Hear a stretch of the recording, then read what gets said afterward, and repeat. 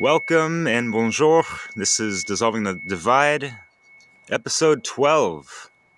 Wow. And with me, as always, is Leslie Powers. We have a wonderful guest and a good friend and comrade in the whole truth speaking, seeking, and embodiment community, whatever.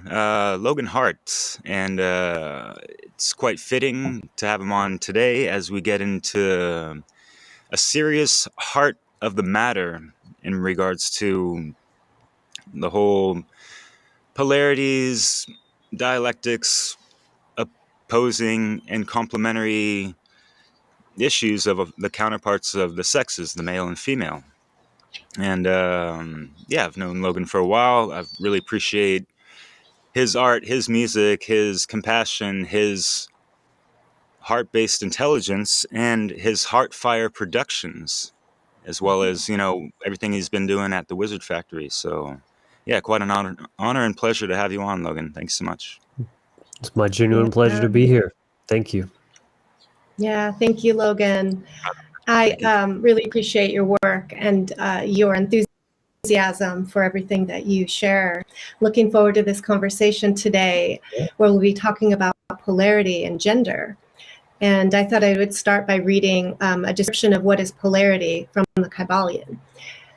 So everything is dual. Everything has poles. Everything has a pair of opposites. Like and unlike are the same. Opposites are identical in nature, different in degree. Extremes meet. All truth are but half-truths. All paradoxes may be reconciled. And then when we add in the concept of gender, which has some relationship to generation, gender is everything. Everything. It's masculine and feminine principles. Gender manifests on all planes. So today we'll be diving into the concepts of polarity and gender. So I'm going to kind of send it to you, Logan, to share your thoughts on why this is relevant.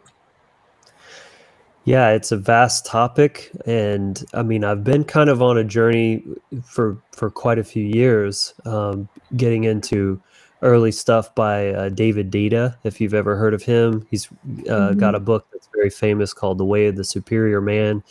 I read that back in, 2012 or 13, somewhere like that, which is a while ago, but it hadn't fully trickled down into my full embodiment as much as just kind of understanding these are energetic kind of archetypes that are present in all things, just like in the definition that you read there, Leslie.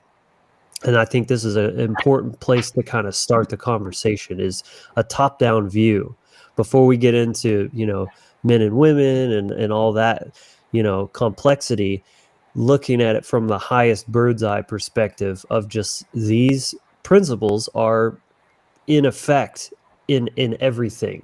This is what gives creation, to all things, to manifest.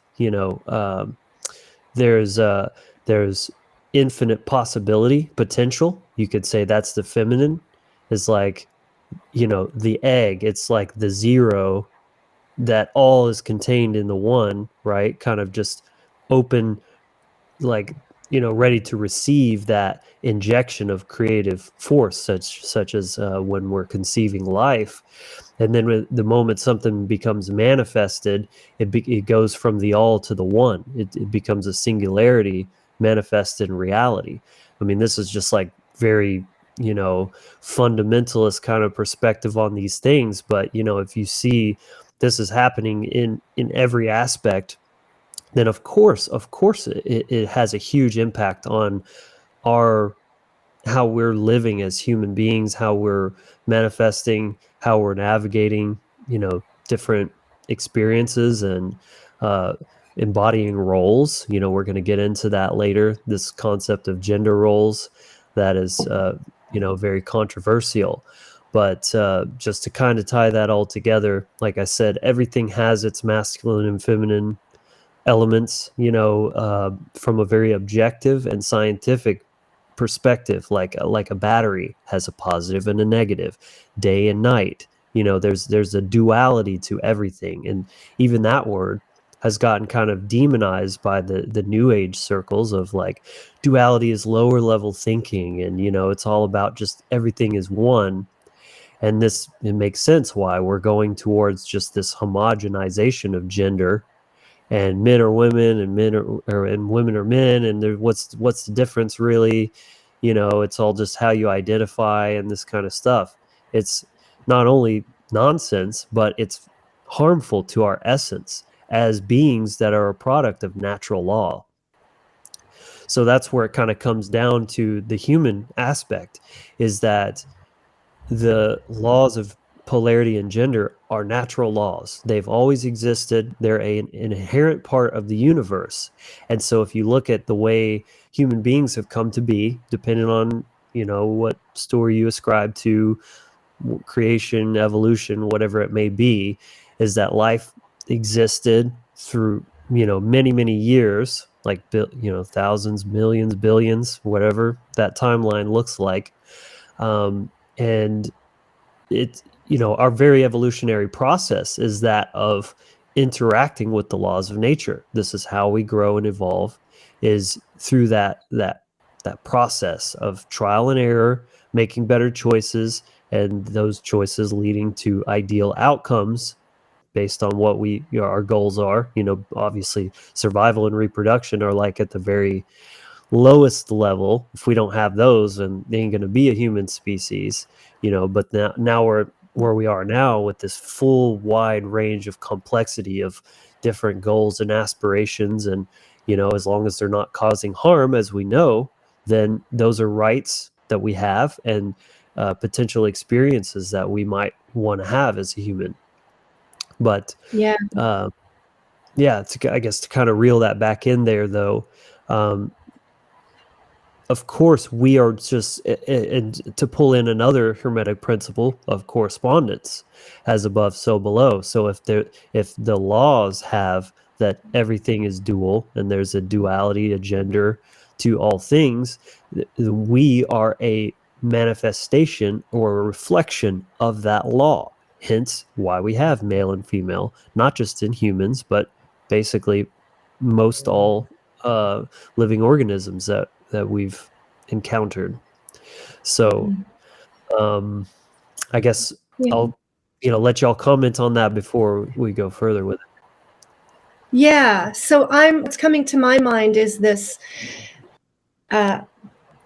similar story, I guess, that's repeated in different aspects of our lives, where natural principles, something natural, has been corrupted in its understanding, where infinite has been corrupted and confused around this natural principle of gender and polarity that exists in all things through all time, right? And yet through our culture and the corruption of nation and the abuse of nature, the social engineers have really skewed these whole concepts. So people are very confused about what gender is and the natural aspects of it and how it plays out in our lives.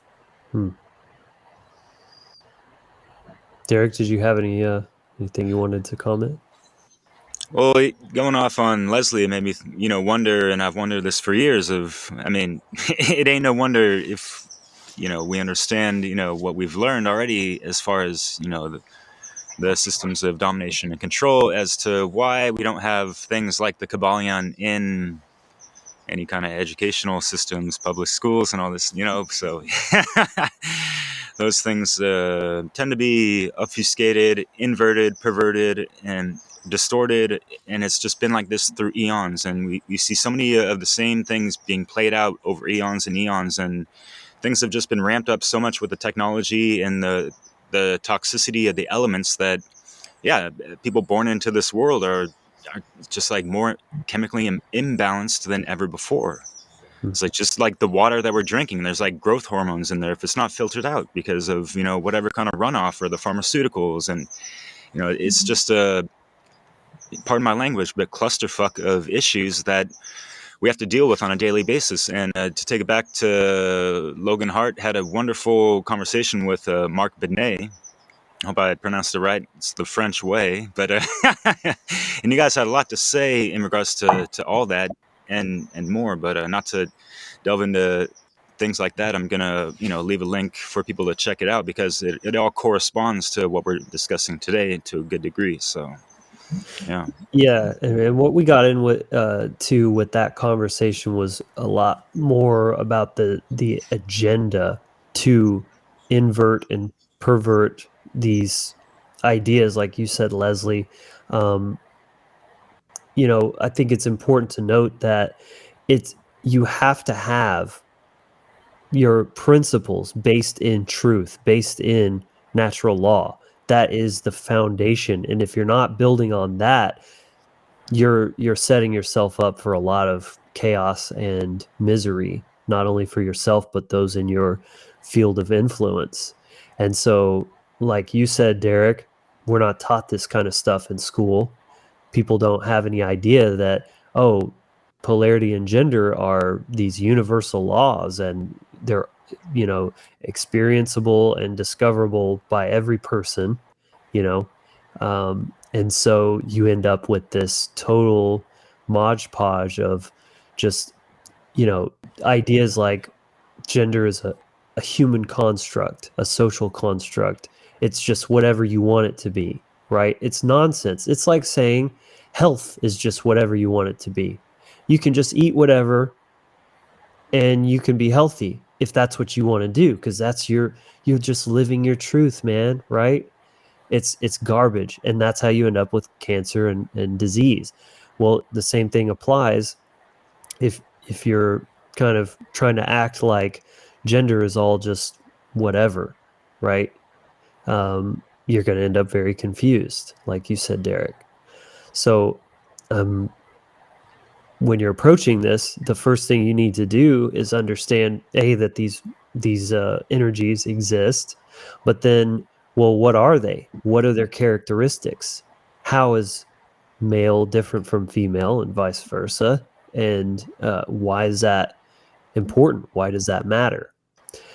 So I guess we could get into a little bit, I'm sure a lot of people are aware, at least on some kind of degree, but I've even done some kind of social experiments, posting on Facebook, what does femininity look like to you?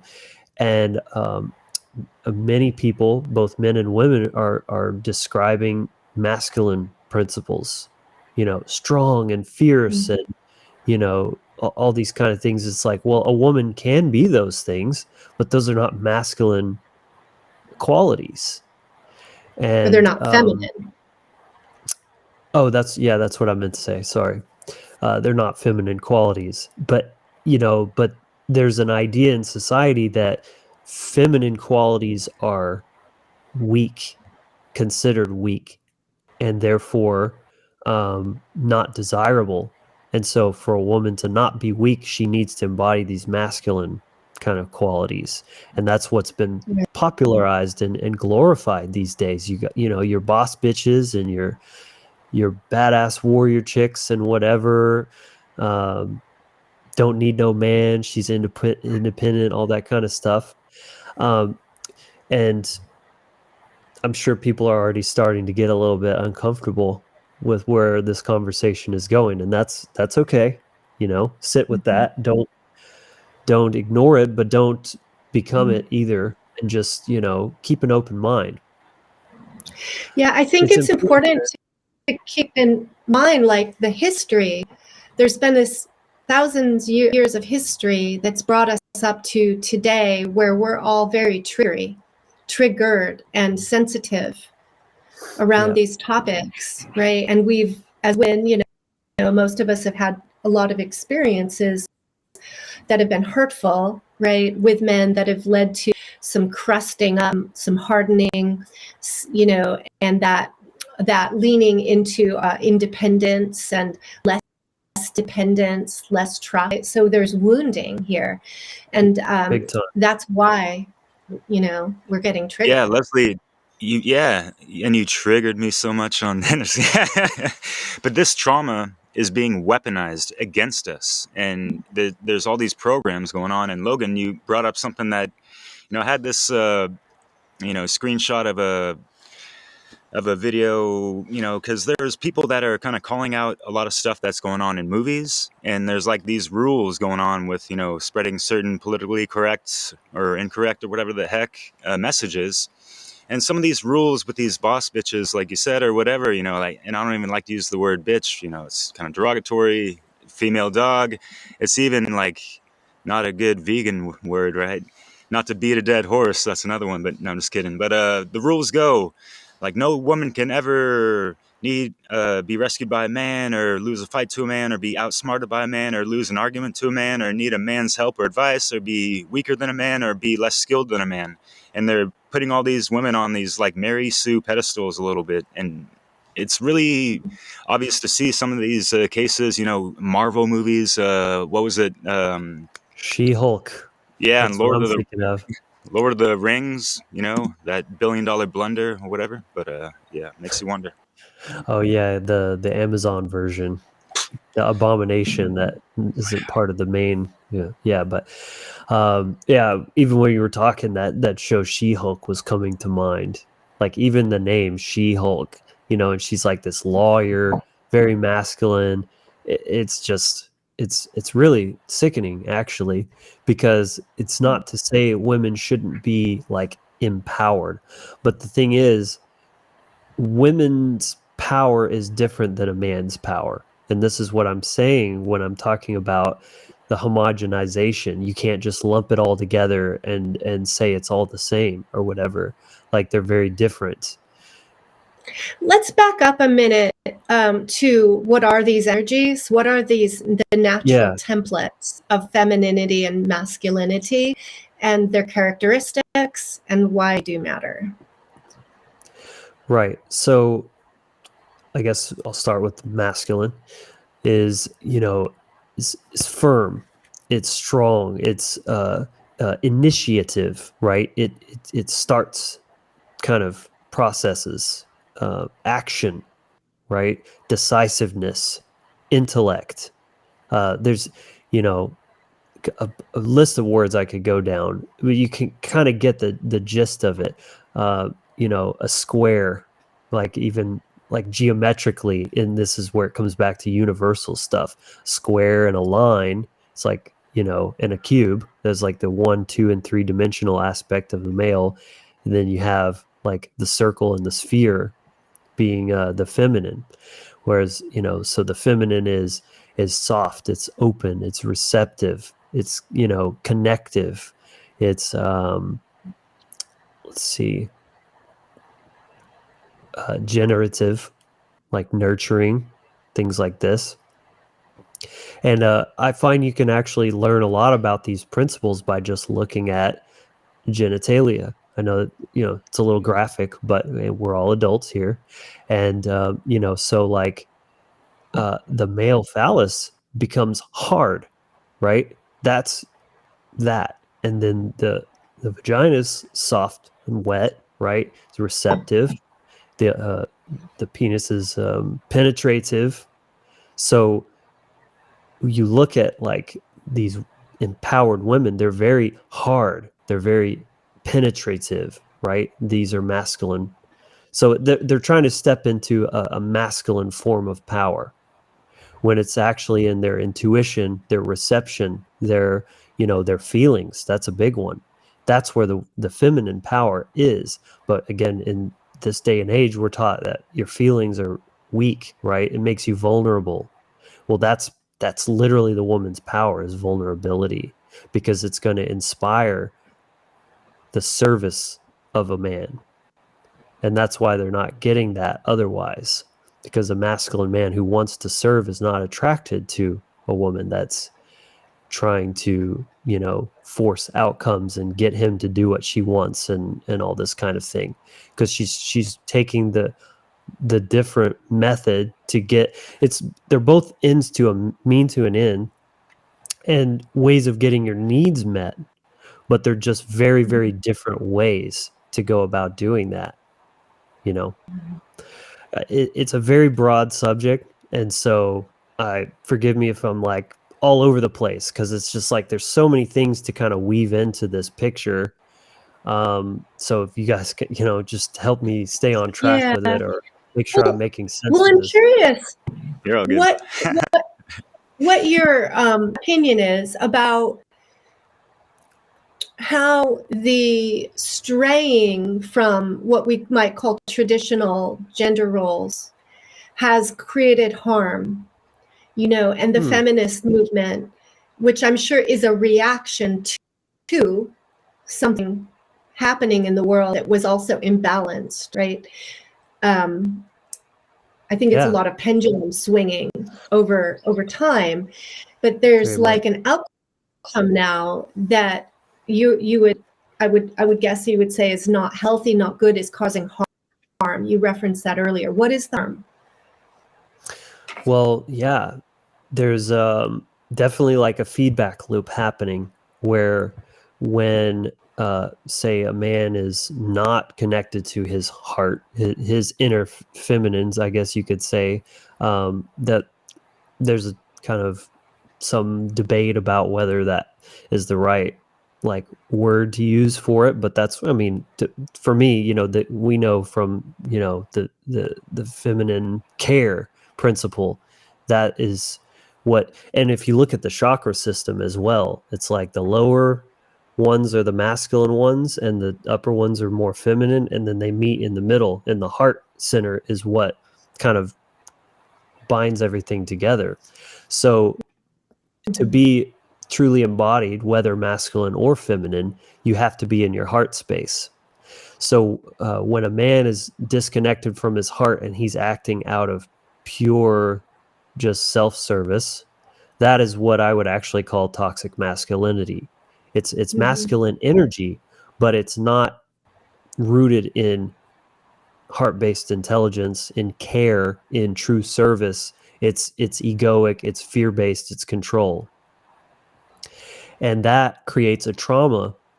It's a form of energetic rape for a woman, or whoever it may be, whether there's no physical interaction involved. And then that, like you said, Leslie, creates a counter reaction. And the more that's happening, and they talk a lot about like this rape epidemic, and how men are rapists, and all this kind of stuff that justifies, and that's fueling their hatred, their anger, that's driving them into this state of hyper, almost kind of extremist feminism, which ironically is a very masculine energy. So it's like they're becoming toxic masculinity, the thing that they supposedly are against. And then that is further and further emasculating men through that process. And then they're becoming, these men going their own way, because then they've had their own bad experiences with hypermasculinized women and have their own trauma that comes from that. And that's just further making them subjugated and emasculated, as I said. So that is where the harm is coming, is because it's forcing us out of alignment with our true nature, our instincts, because I mean, this isn't just a bunch of, this is important to note, that it's not a bunch of philosophy and intellectual masturbation. This is really true boots on the ground, real stuff that's happening in the intelligence of our bodies. Our body is the physiology. This is where our, actual gender is manifested, and our brain chemistry and all this kind of stuff is different objectively, measurably, as a result of our physiology. So a big reason that people are so confused is because they're disconnected from their instincts. They're not getting those messages from their body of like, oh, this feels icky, something's wrong with this.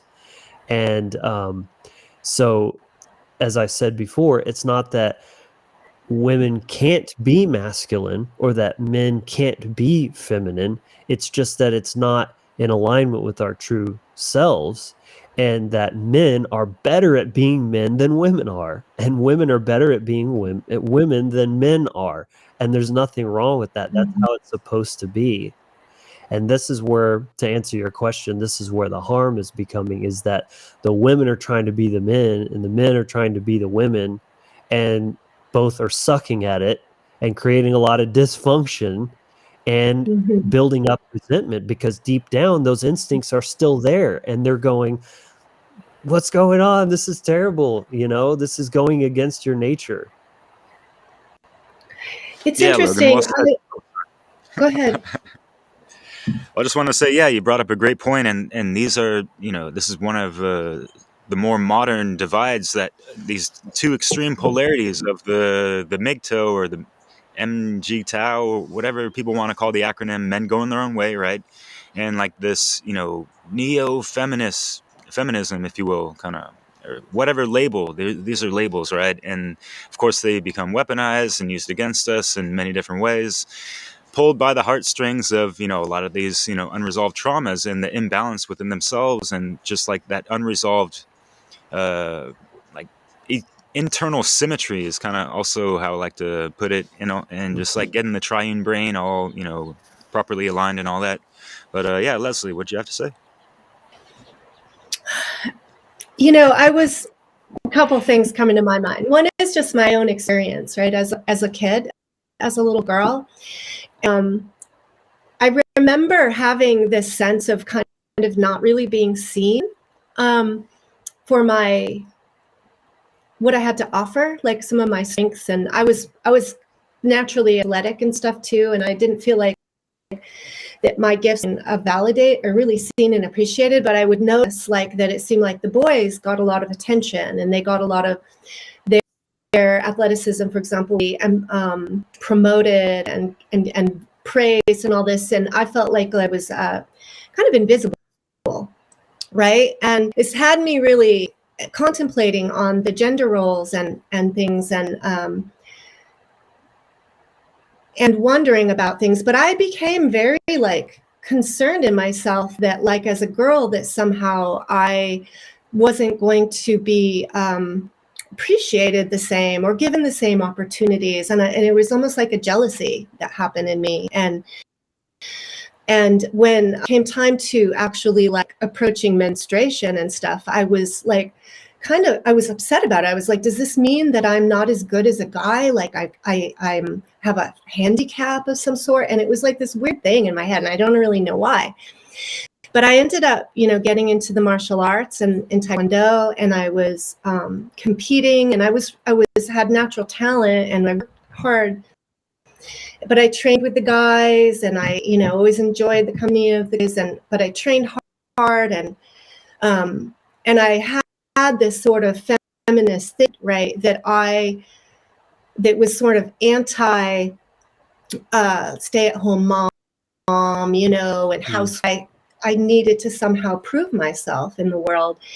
And it's curious how that was this drive that came from something that happened early in my life, right? And I think a lot of kids, for whatever reason, kind of have some, and yet coming to getting older and realizing that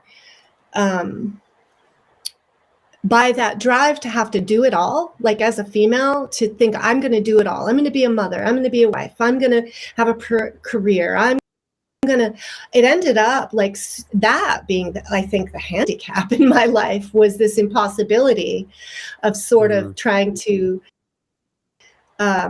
compete on some level with the masculine, as if the feminine's not as valuable, saying that Right. that there's sort of this preconception that feminine qualities are not valued.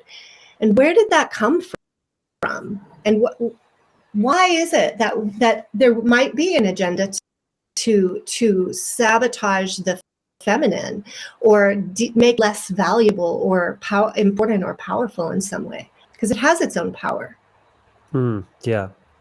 And I would say the same thing is happening on the masculine side as well, as just in a different way.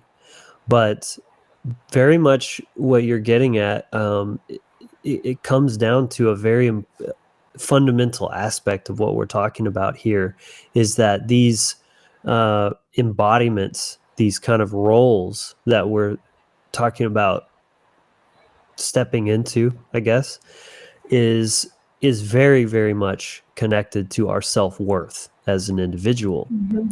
And so how that looks for men and women is different. But say for a man, he's afraid to step into his leadership and to kind of assert himself because his self-worth is negatively attached to that. Like he's not worthy to lead, or why should anyone care what I have to say or follow what I'm saying, that sort of thing. And likewise on the female side, especially when it comes to communication, because this is really where the rubber meets the road when it comes to interrelating between men and women, is your communication style, the words you're using, and of course the energetics behind them. Is that for a woman to express her feelings and trust that that is enough, that's connected to her self-worth, that she doesn't need to lead or like assert a certain outcome or don't do this or any, like just sharing her feelings alone is enough, and those feelings have value inherently, and that she doesn't need to take on those masculine ways of, this is why I was saying it's all about getting your needs met, but just in a different way.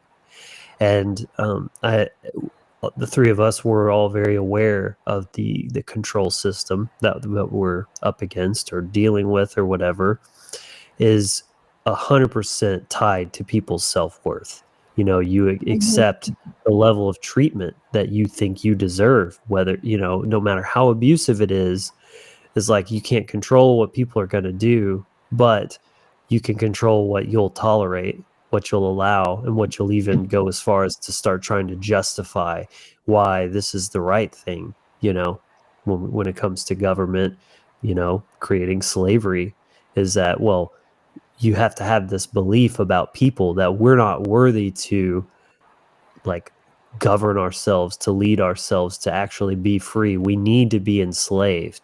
This is the right thing, So it stands to reason, to tie this together, why these things are linked, because both thrive on, well, when you're talking about the inversion, the system of control and the inversion of the genders both rely on people's having a very diminished sense of self-worth. Yeah. And not feeling at home in their own bodies, in their own gender. Yeah. And somehow wanting something different or needing to be more like the other, and there's being a setup of competition, one being better than the other. Right. Yeah. It's that feeling of inadequacy, and that you have to kind of compensate somehow by running a different type of energy because you were somehow told or taught, whether verbally or non-verbally, that what you have to offer is not enough or not good or not valuable. Mm-hmm. Yeah, like the competition. What happened to the being able to just complement each other? I feel like that's more like the new era of more conscious relationships, and yeah, like there's these gender roles that traditions have kind of lived through, experienced, and carried over after generations, and all that jazz. And yeah, it works to a good degree, and this and that. And if the ship don't sink, why fix it or whatever that expression goes. I wanted to say something in French that always happens, but as far as like feeling some kind of entrapment in like some of these gender roles, I feel people feel frustrated and like they don't have a proper way to address it or like ventilate that. And so, yeah, it gets bottled up. There's that tension between people and relationships, and they don't understand just like more of a fluidity of like gender roles sometimes, and how folks can kind of interchange certain things sometimes. Like for me, with my wife, she was more of the breadwinner than I was. And so I was kind of doing some house husband stuff, doing the laundry, dishes, cooking, all that stuff. It really didn't bother me, and I didn't feel like I'm a weak man or whatever, but it's just like to complement and help the relationship, stay all to the good in a sense. Hmm. Hmm. Yeah, I Yeah, mean, there's different ways to approach the whole, breadwinner thing, like you were saying. I mean, ultimately, you were being of service by taking care of the house and kind of just filling that um, the void of needs, what needed to be done, I guess. And you know, try to tread lightly because I don't know the specifics of your situation or anything like that. But two things I would comment about that is A, it's more about the energetics that led that to happen. In other words, did you initiate saying, well, this is just what needs to be done, so I'll do that? Or were you submitting to her, like, saying this needs done, that needs done, or whatever? That's one thing. And then the other side of it is just like what I was saying about women can be very successful, very resourceful as entrepreneurs, as even positions of leadership, as far as like a job or a organization or whatever. But I just would say that it's probably not their most fulfilling or gratifying kind of role, if that makes sense. They can absolutely do it, but does the feminine feel more at home not being so in control, being so in charge, and can just kind of sit back right. and just enjoy the ride, so to speak? Yeah, Yeah, I and think just that's real a quick, good it point. was yeah, totally, man. And it was just an interesting situation. I was living in France, and she had like a master's degree in marketing, so she had like a better paying job. I've been working in restaurants for like 15 years, and you make a pretty good living, at least where I was in California. But it ain't the same money income as in France. Whatever, the Hmm. country of gastronomy. Go figure. But whatever. But Well, it was cool. It's like kind of just like, all right, I'm just gonna like take a pay cut and let my wife kind of pursue her dreams and wanting to have a career and this and that and kind of yeah. But I was still like A a lot leader of of the our house. decisions, a lot of our, situations are a result of like survival needs in the outside yeah, world, right? And so we are, I think, pushing against our natural state in many, many totally. ways, including our gender, right? That's And just what I so, was like, going to I've had, say. and I still, I think that's as part a of the single mom, design. like, Sorry, didn't mean to yeah, cut you off. no, it's okay. Yeah, part of design is to push us further and further away from our natural state to the point even we're cut off from it, right? We're not feeling it, and I've been thinking about this whole polarity thing in the gender roles more recently, and to be really honest, while I have developed an identity of being really kind of a kick-ass single mom, who can get shit done, I also know in my heart it's a huge shame, and Yes. it's not my natural state. It's exhausting, and it's Yes. draining, and I'm working deliberately against, like, and I can feel almost like a little soul sucking happening Yeah. by having to sustain this role, and that something's off, like, and that the ideal life and world is to have this flow of the man and woman, masculine and feminine in harmony. That I think is really the foundation of survival and of thriving. And so we've got this like false template of economics, like pulling us away, and other social conditions pulling us away and off that natural template. And we been psychologically tricked in a way to think that that's what we're supposed to do, because that's better, right? To be a an empowered woman who has a career and can do it all, which I've just come to the conclusion that's impossible to do it all as one person. So we're I don't know. I think more and more people may be feeling the strain of it and like, wait a minute, something's not working right.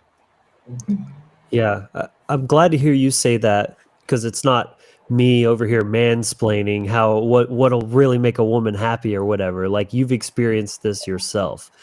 And of Yeah. course, there's always going to be exceptions to everything. If there's a female that really is just in that role and just absolutely loves it, there's nothing wrong with that. But I'm more just saying that for the majority of women, this is true.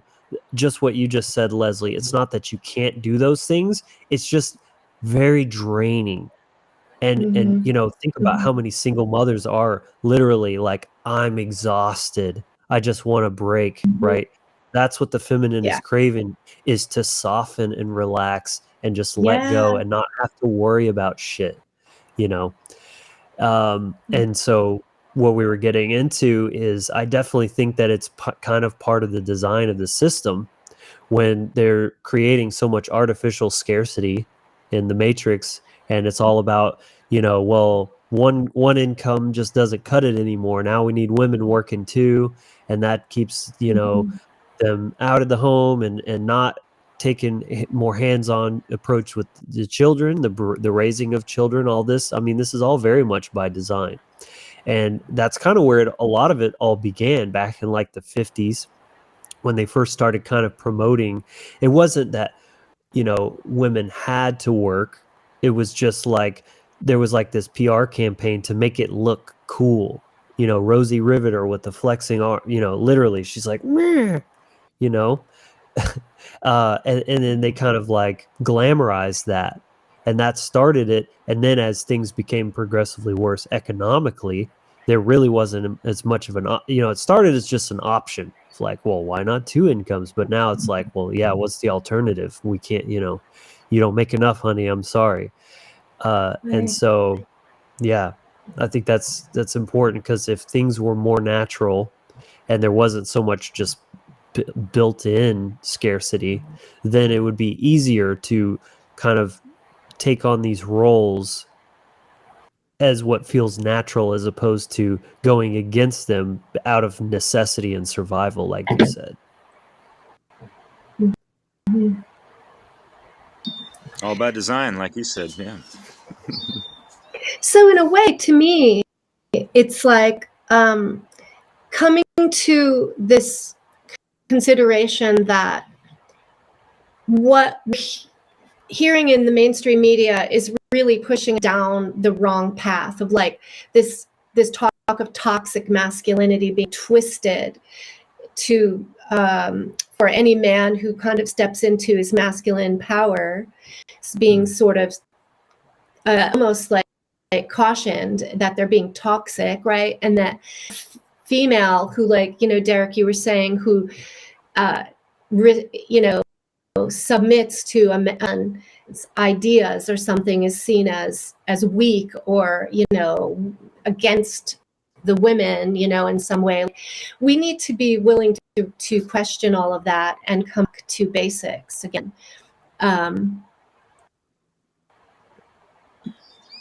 Because there's some real dangers to continuing down this path that the world is on.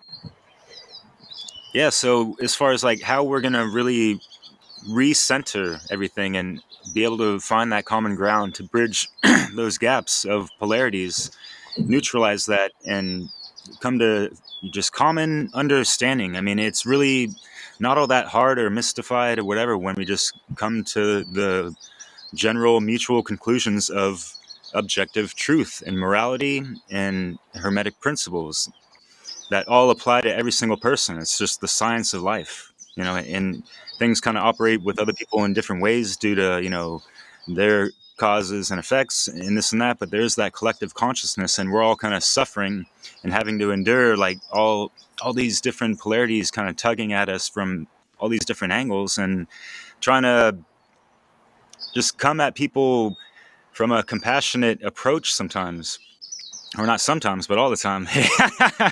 But finding different ways to go about that and everything. So do you have any kind of solutions or like ways to, be about your business and just promoting healthy ways of life and interactions between, especially like men and women, I guess, Yeah. So first of all, you have to know what you're working with. So just come to understand these energies and what are their characteristics. And then this, I mean, this is literally what I've been doing, especially, like I said, I came across this concept of masculine, feminine energies, you know, over 10 years ago, but only this past year did it really hit me, how I wasn't fully embodying my masculine, as well as partial responsibility to try to help lead women to be more feminine as well, because that's part of leadership. Is you're not just responsible for you, it's kind of incumbent on you, as the masculine, as I said, is a initiatory force. So to be passive and just kind of wait around and hope something happens, that's very emasculated behavior for a man especially. So it's like, you know, it's like the most reverse thing would be to say, you know, well, I'll be more masculine when a woman's feminine, you know. It's like, okay, well, you know, how's that? That's not going to work out for you. So anyway, learn what these energies are, what their, you know, characteristics are, but then, as with most things, the answer is self-awareness, self-observation, and seeing every single opportunity, every single interaction as a chance to shift, because this is how you do it. One little thing at a time that rewires your brain, because we've been so, I mean, you know, it's not just watching a show and the gender's all confused, and it has had a real impact on everyone in your brain, like your actual synaptic pathways and things like this, and what has become comfortable for you in how you show up.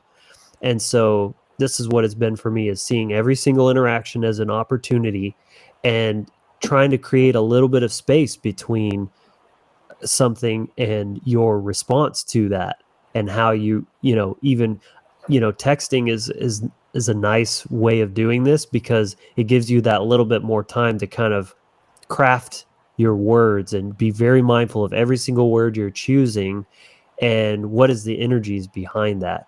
You know, first of all, are you as a man initiating? I guess it makes more sense in a context of like a flirtatious, you know, sexually charged type of thing, but it doesn't always have to be. This very much applies even to, say, how a mother speaks to her son, and, you know, is she like bossing him around, and you know, especially the older he gets, is she respecting that he's coming into that masculine essence, and that she can be a better mother by kind of letting him learn to lead. If she's constantly giving him directives, she's taking his chance away to actually step into that and to take charge and be assertive in that way. And so instead of these directives, maybe she could just practice sharing how she feels about something, and see if he starts to set his own boundaries for himself, and initiate solutions and things like that, without her kind of imposing that on him and crushing that spark of his opportunity to step into that role. Yeah, I love it, and it makes me think of I feel like it is kind of like that feminine essence of behind the art of persuasion. You know, you're not being directive of, you know, telling your kid what to do or whatever, but you're kind of, you know, offering some suggestions or whatever, and making it, you know, these things attractive, so that person can kind of think about it, the kid, and like suspend those ideas as opposed to his desires or whatever. And I don't know. Does that make sense? Yeah. You know, I think at some point we'll talk more about the different types of communication, the feminine versus masculine communication. But Right. I wanted to share something that kind of ties a few points together. I had seen a gentleman speak back in 2012. His name is Khan Lushwala. He has a book called The Time of the Black Jaguar, an offering of indigenous wisdom for the continuity of life on Earth. And he really talked a bit about the way that the roles of men and women have been corrupted in our society, and it really being a primary issue to be addressed for the survival of our planet.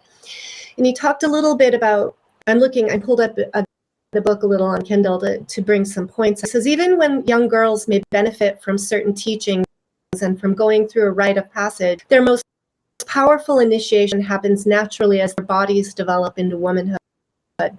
But for men, more awareness is needed. Boys need to consciously choose to become men on it.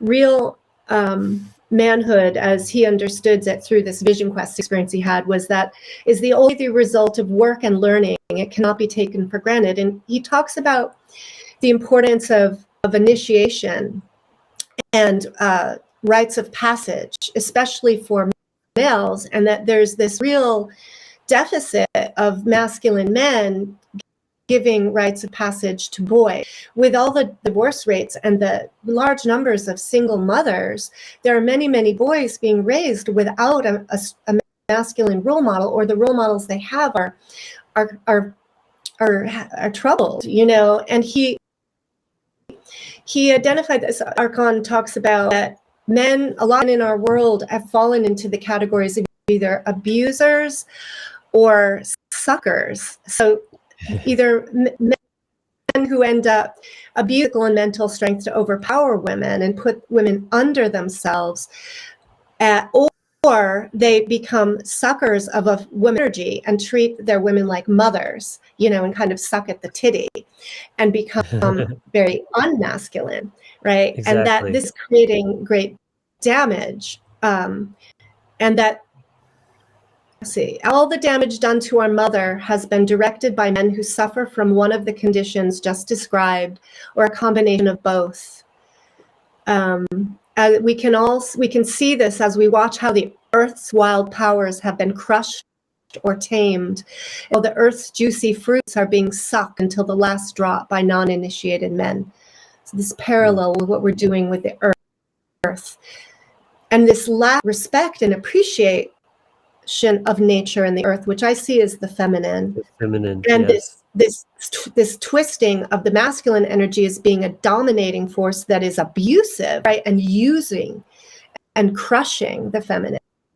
Right. This is a key. It's a great opportunity to articulate a key distinction here. When we talk about a man being dominant, being a leader, he does so only in service to the one that he is supposedly, you know, being dominant of. It's not to exploit. It's not for his own. It's actually an act of service. That's the true masculine. Yeah. And also as the self-defense principle as well, to, you know, bust that out when necessary as well. Yeah. If you're kind of, you know, being threatened to be dominated over, you got to counteract that in a sense. Right. To protect yourself and or those that you're in service to. Once again, that whole dominant thing seems a lot more appealing when somebody's protecting you, right, against an external threat. Suddenly it's not so bad and evil when it's actually being done in service to you. Right. And because have many had experiences and exposures to that sort of warped aspect of wounded masculinity, that then many women have, because, you know, this is another quote by Archon, that the energy of women is so flexible and resourceful that if necessary, they can grow a man within themselves. The lack of men, or lack of men who could be trusted, forced a great number of women to do this. And then that has happened now, where there's like resentment, I think, and like attitude of many women that we don't need a man or whatever, that then men are in at a loss. Like how we shift this again to allow men to step into the healthy masculinity and convince women to relax of having to be so strong. Yeah, it's very, very profound. I definitely agree with that. As with most things, it becomes a dialectic. I mean, the show's all about that, right? And so the heart energy the heart space is the antidote to this imbalance of either being a dick. I mean, think about when you call somebody a dick, that's what you're saying. You just go around effing everybody, because you don't care. You don't have that heart-based intelligence. Or you're the P word, which is the opposite. Like you don't have any strength of your own. You just kind of like submit and conform. You're a perfect slave, right? And this is where another definitely another problem that arises of that is without a large amount of masculine men to defend himself, to his families, to say no to tyranny, then that's a bully's wet dream, and that's why it's running amok at the current time. Yes. So continue to look at some of his points, which I think are really consistent with what we're talking about. What's that, Derek? See that both. Not so good. I don't want to cut you off now. I could see that both men and women have been promoting the development of the false masculine force, which is just the external manifestation of their image of power. The false masculine ruling. We are not really suffering from an excess of the authentic sacred masculine principle. We are suffering from an excess of the false masculine force. And this is related to the destruction of our world. He says that stopping the destruction of our world is what is at stake now. There's a connection here. It's, I think, really vital. And Mark Benet made a really good connection in that interview. It's that the destruction of the earth is only possible when not enough men are man enough to stand up and do something to stop. Right. Yeah. And so what would this look like? The ideal society, that which we want to create, we want to back away, deconstruct, in a sense, this twisted, warped view of gender and the relationship of man and woman and masculinity and femininity. What would the natural way of being look like?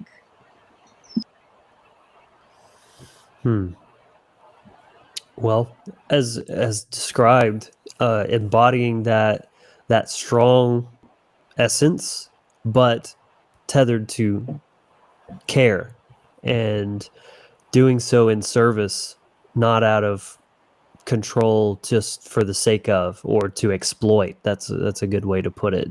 It's, service is the opposite of exploitation. You're doing it for them, doing it for yourself too, but there's nothing wrong with that. But yeah, I mean, that would be, my answer in a nutshell. Yeah. And the sacred womb, the cosmic egg, the zero needs to be fully and firmly reinstated into the equation of just the conscious creation of everything. And because things are very distorted, taking it back to the conversation we had with Rodney Goodwin of just the harmonics of Mother Nature. This earth has been distorted. We're on a tilt of the axis, like the polarities are already messed up.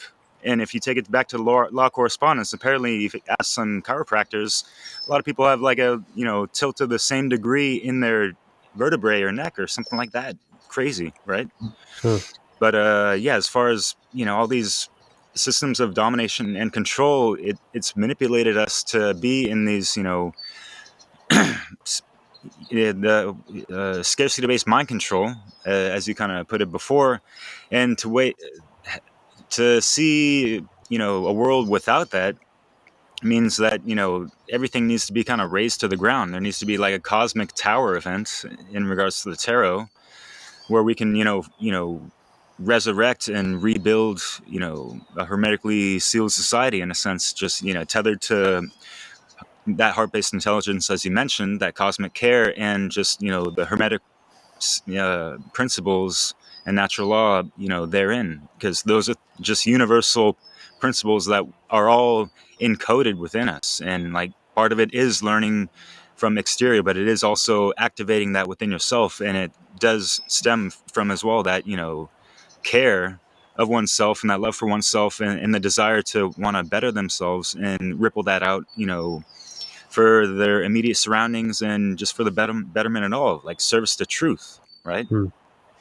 Yeah, one thing Yeah. that was coming up for me is when you mentioned reinstating that cosmic egg, I thought of the control system again, because by their toxic masculine sort of domination of everything, they're not allowing for that freedom that is the infinite potentials, right, to be expressed through free will choice.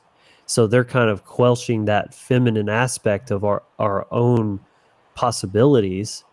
And in the same way, the radicalized feminist is kind of doing the same thing. If she's constantly on the warpath and trying to control everything, she's filling that space where nothing else can exist, and men don't have the opportunity to step up and try to flip the script back, but that's still on men to do.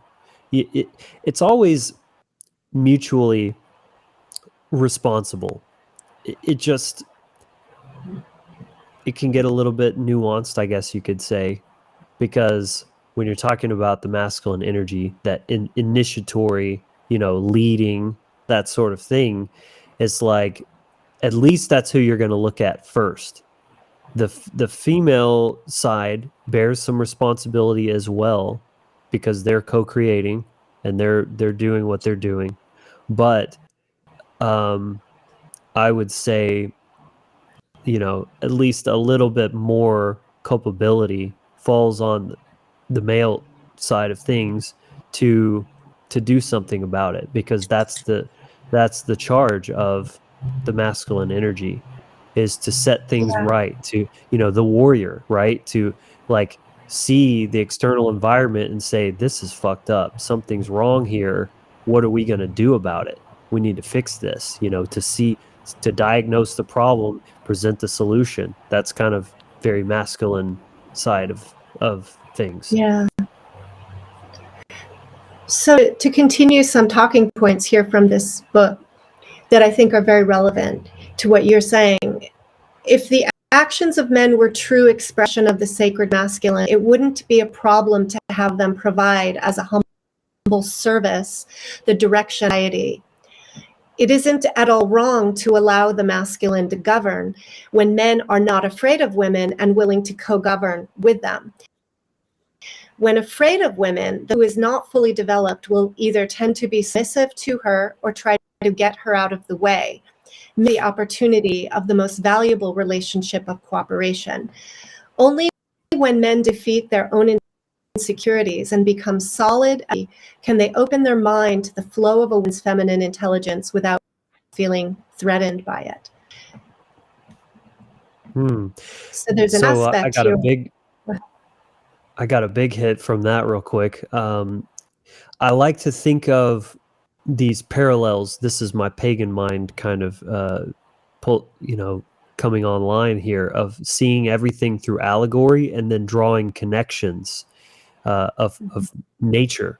So, we know that you have like the water and the earth are feminine elements, and then the fire and air are masculine elements. So those represent intellect and action, and then the feminine with the water being emotions.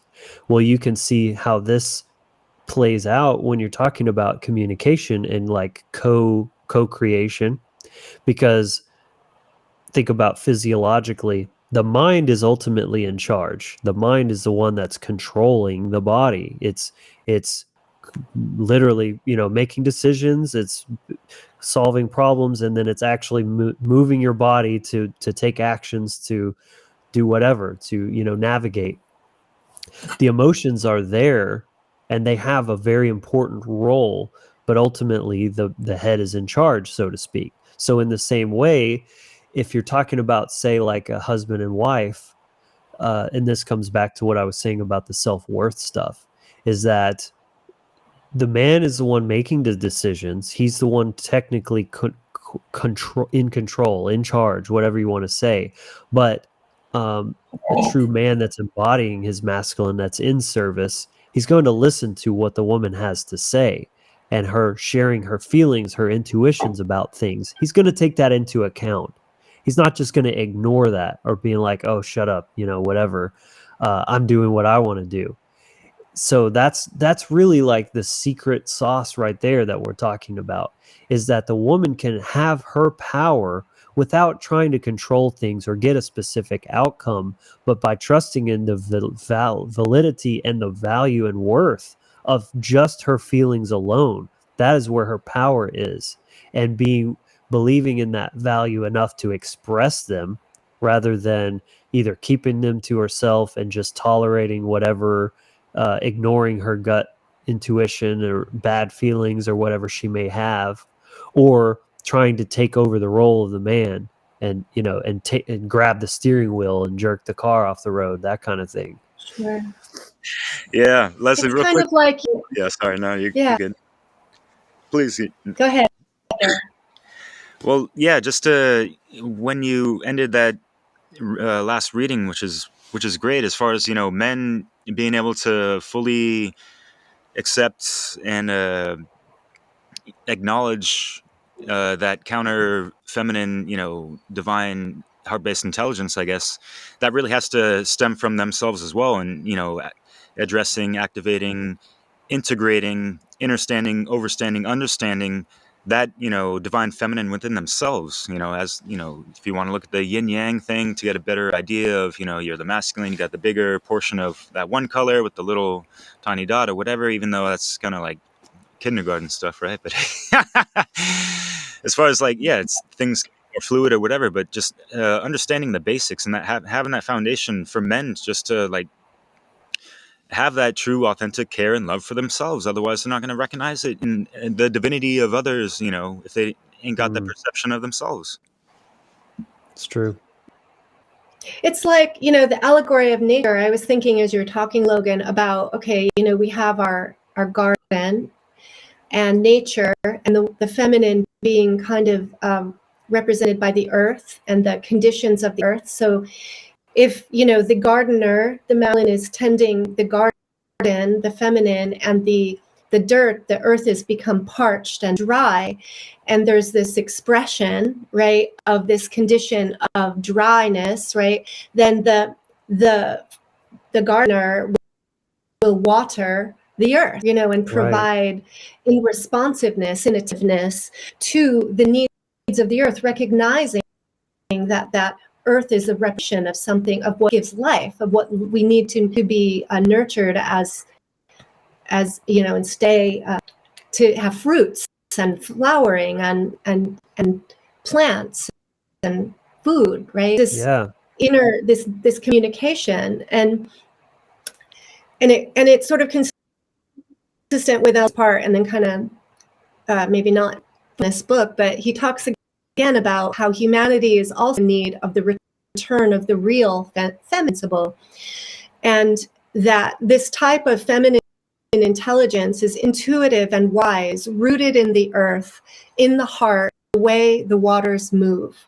The purpose of its existence is to take care of life by recognizing the most essential needs of living creatures. So seeing and observing that the recognition of the feminine always happens in the present moment by using awareness that comes from feeling without the need of linear thinking, and that this type of feminine intelligence is fast, vast, and round, and fast, vast, and round, that rational explanations seem slow and limited. It's like that intuition. Right. Yeah, because oftentimes even with myself, and I think it is important, like we've mentioned, is to still have a balance, an alchemical, marriage of those energies within yourself. It's like sometimes you'll get an intuitive ping, but then you'll have to backwards, like reverse engineer it using your logic of like, okay, well, how does this make sense? And then you kind of, that's your checks and balances as well. Because I loved the allegory of the garden that you were using there, because also, the gardener has to use his discernment when he's managing the landscape, and sometimes he has to say like, okay, this is a flower, this is food, this is a weed, this needs to go, and being able to tell the difference, that's masculine, good masculine, valuable discernment there to tell the difference. And so sometimes if the woman is expressing her feelings, sometimes it might be appropriate to be like, I hear what you're saying, and thank you for sharing that, but I do think this is coming from your fear right here. And being able to, because if he's just acting on every feeling that she has, well then, he's kind of letting her lead in an indirect way, what I would call covert submission, where it seems like he's in charge, but actually he's just submitting to every little thing, and not actually having that backbone to say sometimes yes, sometimes no. So share more about that communication, like what the ultimate sort of feminine versus masculine communication styles would be, and how that can work, not as a conflictual dynamic between man and woman or masculine and feminine, but as a synergistic generational energy. Yeah, absolutely. And I love that because it's been said that in a perfect world where everything is as it should be, there would never be actually an opportunity for a man and woman to have an argument or to have a fight. Because if that is occurring, then that means one or both of them is out of their lane and they're fighting for which one is which. So when everything's running properly, everything is smooth and there is actually no conflict. First of all, there has to be trust. If there's not trust, then you might as well just, call it a day right now and not waste any time. Because if there's not trust, you're putting yourself in a situation, and there's just no point in it because it's not going to be fruitful. The trust has to be there for anything else to work about it. The man needs to be able to trust her that she's not going to try to control or manipulate him or have ulterior motives or whatever. And she needs to be able to trust him to lead competently, and that she can let go of that control and just relax and say, no, he's got it, and trust that discernment as well of like, well, this time he said he heard my feelings and kind of dismissed them, but I trust him to know the difference. Maybe I was just being a little bit, overreacting or something like that, and then if you don't have that trust, then there's just no point. Just be single until you find somebody that you actually can trust that to that degree. Because also, when everything's working properly, there's no need for the feminine to assert boundaries. And this is one of those things that really gets people mixed up, and they're like, wait, what are you saying? That's dangerous. And no, I'm not saying the feminine shouldn't have boundaries. It's that if she's with a trustworthy, competent leader of a man, she doesn't need to assert her boundaries, because her feelings are enough. And if he truly cares, he will set his own boundaries and self-direct him accordingly to that. What I'm hearing, feminine side of the non-aggression principle, non-violent principle, right? So he's going to respect her boundaries almost intuitively, right? Those emotions act like a radar or a compass, So, like, just to give an example, instead of her saying, "Don't say that," or stop doing that, she can just say, I feel really uncomfortable. Like, I feel super gross and uncomfortable because of that. Then she doesn't need to say anything more than that. He'll be like, oh shit, like, because he actually cares about her and her feelings. Right. She doesn't need to tell him anything. He'll not do that again. Or he'll find a different way to, have the same outcome or whatever. When you were talking about trust, what mind is what I feel like I want is to trust that I'm being honored, like to feel Yes. feel valued, and that my feelings matter, that my desires, wants, and needs are being taken into consideration, they're being heard, they're being seen as important, right? And I think where wounding has happened is in that experience, like I was saying, when I was a kid, of feeling not seen, not heard, not valued, not honored. And so then comes a counter response, right, to be more imposing of my value and my importance, and become more domineering around that, and more The reaction. harsh and boundaries set, right? And then there's all the experience of like, Compensation. okay, yeah, confrontive, and sometimes that comes after having allowed, given trust. And this is another important aspect of the trust, is sometimes women will just give trust to a man sort of being worthy Yes. of the trust, Exactly. and then get hurt by a man who's not really acting in true masculinity, but is, kind of false aspects, and then they abuse, and then it sets up that responsive, that reaction of the female Yes. to become And then hard. she blames the man for Yeah. not, being a respectable man or caring or whatever, but doesn't equally blame herself for putting trust in that person. That's just as important. That's why I say it's shared responsibility. Everything is co-created. So Yes. no matter what they do, and they absolutely should be responsible for being abusive no matter what. But no matter what that may be, like, you always have to look at what role you played in co-creating that, that outcome, that situation. Every single failed relationship you've ever had, no matter how abusive or crazy, whatever, may be that they were, and they may very well have been those things, but in some capacity, you co-created that, you allowed that, you attracted that, all of those things. And what is it in you that caused that to happen, to play out that way? That you didn't see some red flags early enough because you were accepting less than you deserve, because you have some self-worth issues maybe to work on. I mean, these are the kind of things that it's important to look at, because if you don't, as hard and painful as it may be, you're guaranteeing that it's going to happen again and again until you do.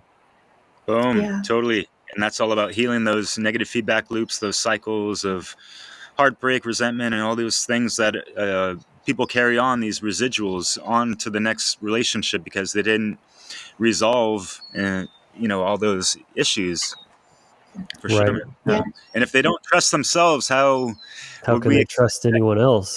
Right. Yeah. Same with the love aspect, Yeah. And so that's a good point. Work on trusting yourself first and your own ability to judge energy. And until you get that locked down, it's probably best you stay single until you figure that out. Or fade out of a relationship that's not healthy. The feminine, instead of fighting back and trying to force a man to change, what would be the feminine response instead? Just to kind of like disconnect? Express how she truly feels first to that person, and let him tell her who he is, without trying to force it, because this is what we do. We like the idea of people more than the reality, and we are projecting these ideals and these wishes and wants on people rather than actually seeing them and their behavior for what they are. So let them show you who they actually are. When you step back as a woman and let go of control and just express your feelings, and then how they respond to that is going to tell you everything you need to know about, is this person actually valuing me, my well-being, my feelings, or do they tell me to F off, or I'm just, and then start gaslighting you for your feelings or whatever. That's what more do you need to know? Why would you continue to engage in an intimate way with a person like that? It's just hurting you. Yeah. So flow away in a feminine way, and the more feminine you become, the more you will attract the masculine man that you say you want, but then are repelling with your masculine energy, and vice versa. It works both ways. The more masculine So a talk man more about becomes, that. yeah. Well, which part specifically? And I feel About like I how haven't a fully. woman can inadvertently repel a man. Like you said, we women say masculine man, but then we repel them by our masculine. Right. So a masculine man who is straight, right? He's straight. He likes women. He likes feminine energy. He doesn't want a woman that may be gorgeous in appearance, but is energetically penetrating him with her energetic penis, basically. Like, no straight man wants that, right? That's just What does that look not like what we're about. in reality? So, yeah. So, giving directives is a big one. Giving judgments is another. So instead of you're being mean, right? That would be a judgment. But just saying that, I feel really bad when you said that. That's just your feelings, being vulnerable. That's the feminine way. So you see, like, you're trying to kind of, well, you're not trying to get any outcome because that would be a masculine thing. You have an inner vision. You're trying to get a certain outcome. That's a form of leading. But it's more about, again, embodying your self-worth and wanting to be treated accordingly than just sharing your feelings without any directives, any judgments, anything like that, and letting that be what it is. That is the feminine form of communication, basically. Yeah, and just to add on real quick, would you think that it's also like a really good, approachable way for them to establish those boundaries? In a sense, What? without saying like, "Oh, these are my boundaries," like, "Don't do this," but like, "Oh, when you do this, it makes me feel like that," type of thing. Yeah, she's speaking in accordance to her violated sense of true feminine self-worth, by knowing that she's worth speaking up for, but only saying how it made her feel, because she knows that she doesn't deserve that. And then, but again, it's then based on how that's received is going to determine how she needs to go about continuing or not continuing with that particular relationship. Right, and so on the male counterpart, how they are receiving that, right? That feminine energy of how they're recepting that and using their intuitive, emotional compass in a sense, and how they can empathize with their partner or whoever. It could be just a friendship. It doesn't have to be an exclusive, heart-based relationship, or whether they're falling in love or rising in love, whether they got shot with the arrow of Cupid, which is the eros, right? And how that energy can be overcharged, like imbalanced or whatever. But yeah, like, it all goes back to that men being able to openly receive the message from the feminine, Yeah. I guess. And to have empathy, right? To be a listener, to be attuned and to hear, right? I think that's Right. what, if a woman feels that from a man, that would instill trust and security. Yeah, his presence. That then, yeah. And so then if he truly can demonstrate, his presence in a state of like listening, hearing, honoring, and then gleaning the importance of like what those feelings and needs are from a woman, then she can sort of release to him, okay, go ahead and now you make the strategy here. You get us done for us, right? Right. I trust. And the better he knows his woman, the better he can anticipate her needs to the point. That's like next level shit, where she doesn't even need to say this or that. Like, I'm cold. He already knows she gets cold, and we'll have turn the thermostat up, that kind of thing. And because he just wants to take care of her and keep her happy. Yeah, and then that's like she'll reminds see me and of feel that, and it feels very good. Yeah, go ahead. No, like for me, that was like just like that heart-based awakening of just being like so romantically in love and just wanting to do every little thing and like really trying to anticipate those little needs and this and that, and like possibly sometimes like overdoing it or over anticipating it. But the appreciation and love was well received on my ex-wife's end, and it just perpetuates a loving, harmonious relationship, and you Yeah. just build off that beautiful energy. And again, this does not have to be only in romantic relationships. It can be platonic between just two friends. One's a man, one's a woman. Outside the bounds of the bedroom, I guess you could say, which, as a side note, it's no irony that this is a quote unquote kink when it comes to being dominant and submissive. And a lot of these very Right. powerful businessmen secretly Mhm. love being dominated by a woman. Like, what is this saying Mhm. about fetishizing something that's become inverted and sick, right? So just as a side note, but That's an interesting essentially, topic. yeah, it's all about the communication. And it's just as simple as, yeah, instead of her saying, hey, I'm moving on Saturday, can you come help me move or whatever? Just be, her just being like, I'm concerned because I have to move and I don't have any help. I'm worried about moving because I can't do it by myself.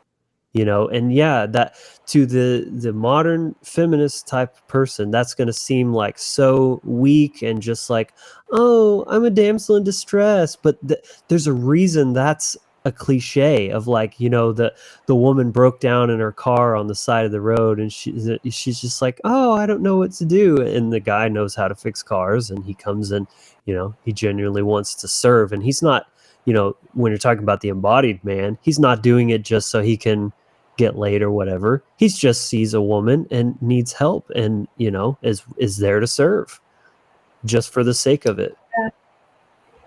And I don't think it's like a deficit in a woman at all to receive that help or to really value it and honor it as sort of a natural way of interacting with the other Well, I do gender. get why there's that aversion though, because again, taking it back to personal responsibility, even though, I mean, I think of myself as a more embodied man. I'm speaking myself as the aggregate of men. We men have become really like not respectable, kind of sleazy, and so a woman might be right to have mistrust of being vulnerable, needing help, because then she's going to feel like, well, what does he want in return, right? What's his ulterior motives? He's not doing it just to serve, just to be of value and help to other people. So because they want something from me. And there's yeah, sometimes and I think automatic that's important to kind of telling. validate both sides. It's like things are so messed up, but I also get why. Yeah. What men are so emasculated because women have become downright terrifying, like these Yeah. crazy, angry, feminists, and women are right to be so angry because many men have abused them and done horrific things that no one should ever have to endure from anyone, and that's not Yeah. okay. And no one's trying to say that that's okay. It's such an interesting confusion model, and obviously there's work. It comes back to the psychological, emotional work of both of everyone, right? It has to And come I back to feel like, personal responsibility. yeah, It's like because there's like the whole saying, when some, you're not responsible for the trauma that you've had, but you are responsible for healing. That's the real takeaway here, is that yes, things are messed up, but just blaming the other sex for everything isn't going to fix anything. In fact, that's what's feeding the problem. Instead, taking on and, yourself of like, how can I take my essence back and show up as the truly embodied feminine or masculine that I'm meant to be. That's what's going to heal it. That's what's going to yeah, dissolve the divide. Boom. and I think, one dynamic that I've noticed is the resentment on both sides, Yeah. and, so let's say as a female, aiming to become more receptive as decisions, trying not to be a decision maker all the time, but to allow a man to step up into that decision making role. Sometimes the man feels resentment, like, why am I having to do this? Like He's wait on you. rejecting Why his do own. your feelings matter more than mine? Right. And it can be a bit like, oh, I'm being needy, I'm being too dependent, how would you respond to that kind of dilemma?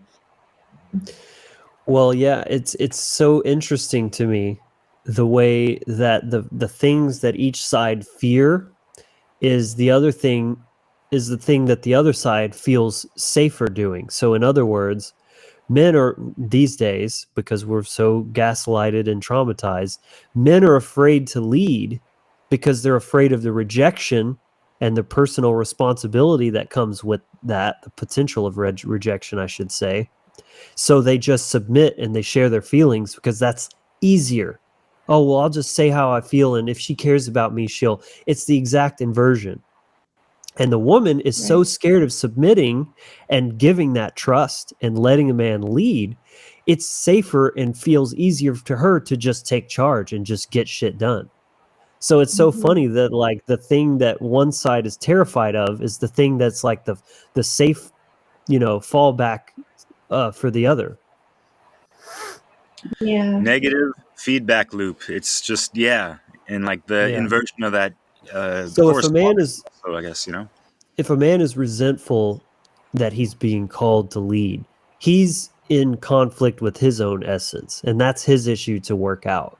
You know what I'm saying? Like, oh, why I got to make all the decisions? It's like, you've got work to do still. It's a joy, it's a privilege, it's an honor to serve. And if you're not seeing it like that, you're still operating from wounding.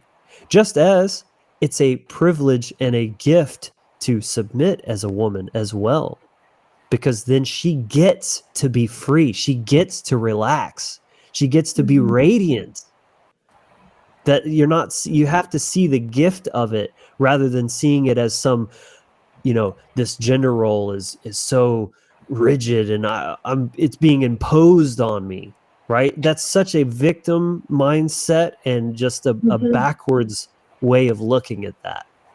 Yeah, and like, real quick, Leslie, I mean, like, I totally feel for you because, I have a sister of like a younger year and a half, and so like big brother played soccer, and so, like it seemed like the family events were more catered towards my activity and less of hers, and like I even recognized that, after high school, and kind of like apologizing to her in a sense, like, hey, I'm sorry, like I didn't want to like overshadow you and stuff, like ain't trying to be like the big brother, like shining in the spotlight, even though I'm kind of a Leo and whatever the hell, like but as far as women not feeling seen enough and appreciated enough and all that stuff, and it can lead to a lot of resentment and things, and there's just like this whole generational trauma that's played out through relationships, and the fact like there's all this trauma that's built, it's such a catalyst, this heartbreak that we have that creates so much trauma, and that's obviously one of the biggest things that people experience, and that's going to be, if we're heterosexual, it's going to be with the opposite sex, and so that's why the majority are kind of like that, and that's why we have this huge polarization of those things as well. And going back to like women not being did you want to add something real quick, Leslie? Or? Well, I was just thinking of how women then get to be seen is by like flaunting their sexuality and the false eyelashes and the physical beauty, right? They've associated their self-worth with that. Yeah. That's why it all comes back to the self-worth thing, man. I mean, it really is the foundation. Yeah, and so that self-worth really, I'm gonna bring up a shocking statistic, which is I don't know, whatever percentage, but apparently, like the majority of women have not had like a full or experienced a full orgasm. And for Yeah. me, thinking about that, it's just like women being imbalanced, not being fully in their feminine, not fully loving themselves, not being fully in touch with their hormones, their body, they're in touch with their inner yoni, if you will, So true. and Well, being able also, to be though, a open to man receive who's, that fully, I guess, you know. I Sorry, would say Lisa. also that has to do with men not really understanding the feminine and serving the feminine, but being more focused on their own masculine, their own Both are pleasure. 100% relevant, I think. The woman, I think she's not giving herself permission to let go and just to receive, right? Because there's that self-worth again. I'm not worthy of just being receiving his penetration or whatever, and receiving that pleasure, and then the man is, too concerned with just his own getting his rocks off and not worried about her feelings.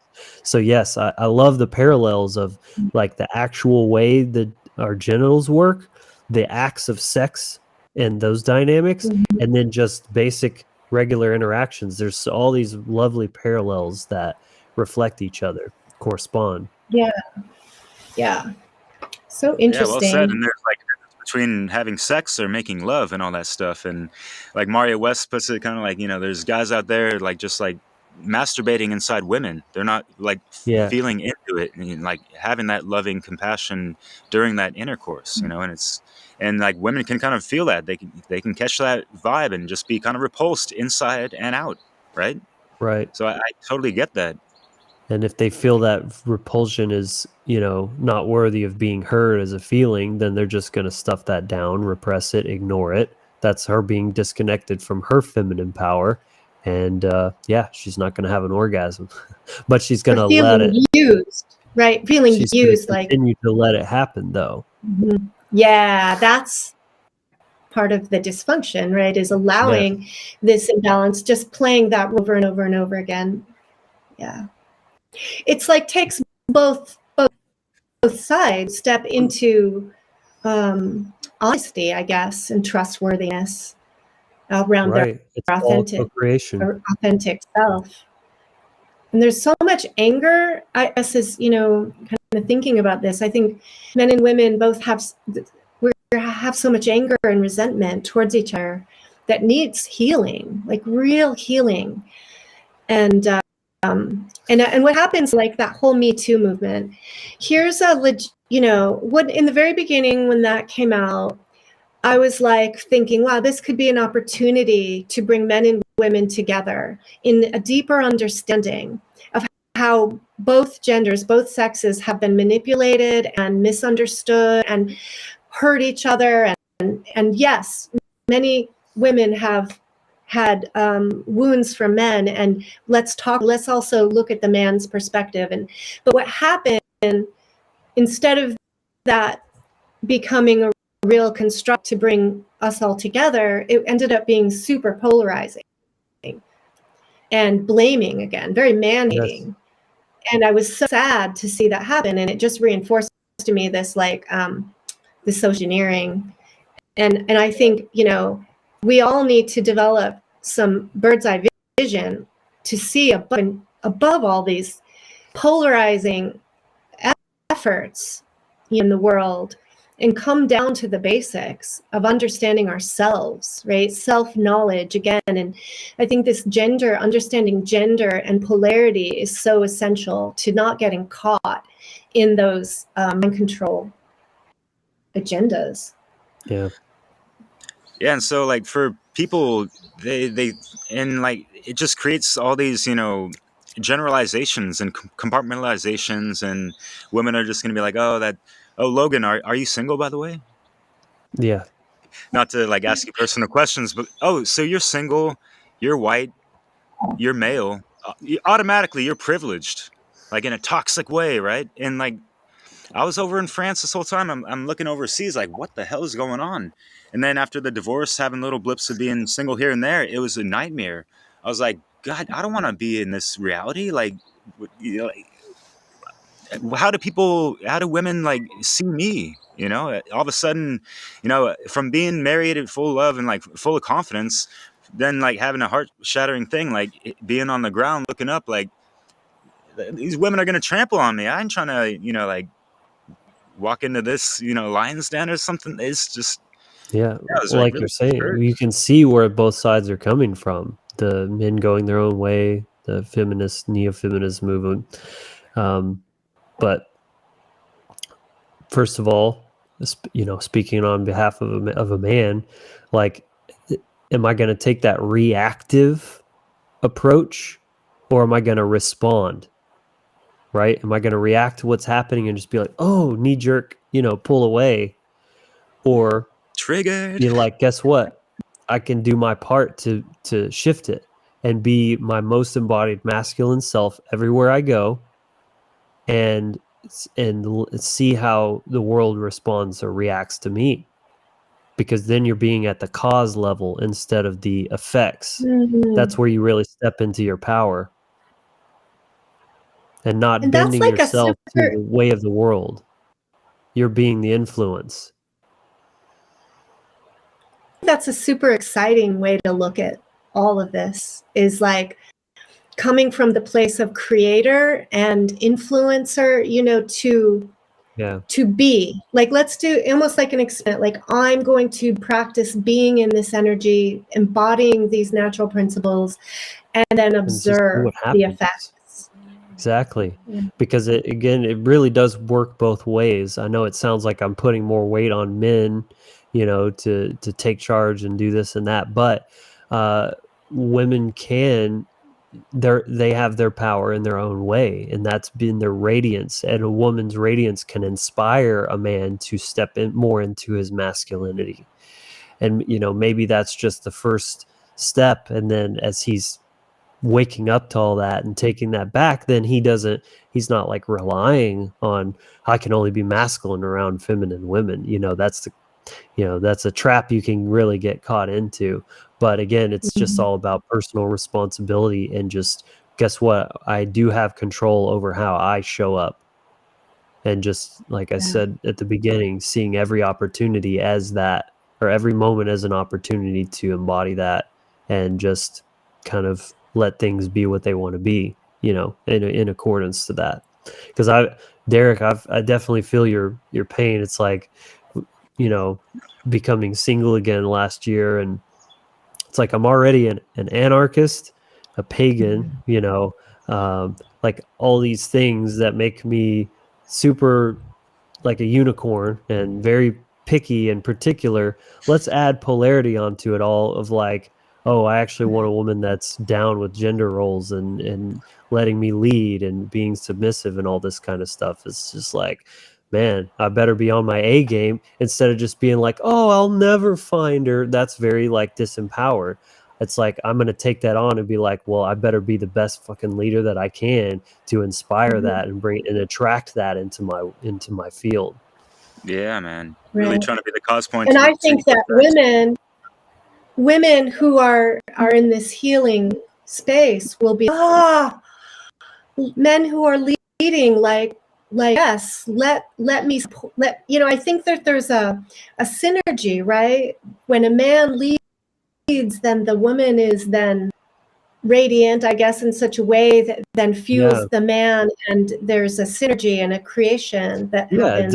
Definitely a interplay happening there. That's where the magic really happens, when you find, a man and a woman that are embodied, and they just feed off of that from each other. They both are energized from each other's polarity. I mean, again, it's like thinking of a battery or a magnet that has a pole, two poles. That's where the actual power is coming from. If you have a battery that only has a positive or a negative side, that's not going to charge or give power to anything. So it's when you find that true like polarization, that's where the magic happens.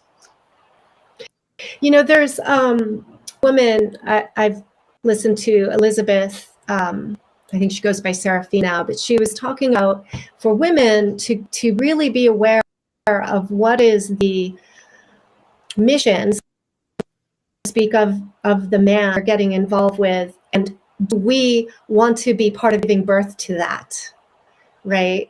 And that there is like that synergy that happens. That so if with a man I am support, there in, I would say, in support of that man's mission and Yes. helping to birth it together with him. So I need to really believe in and be in respect of that mission. Yes. And then it reminds me of Mark Passio did an interview, I think with, might have been Maria, but he was saying that one way to look at the relationship of man and woman is not necessarily just the attraction to each other, but working together in the same direction of truth. Yeah. Any thoughts on Truth is the those? great unifier. It has to be, and that's again what I said in the very beginning of this is, making truth your foundation. You have to have those principles come first. That's what principle means. If they don't come first, they're not your principles.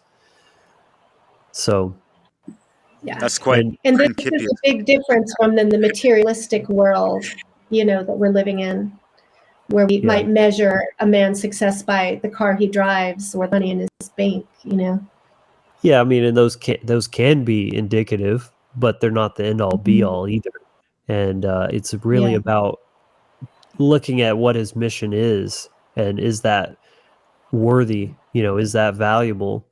And not pulling him off that path too, because I think that's very common in this very inverted thing where she can't trust him, but yes, she chooses to be with him. And so she suddenly tries to give him all these stipulations to make him cater to her and appease her insecurities and fears and this and that. And she totally just, disempowers him, takes him off of his path.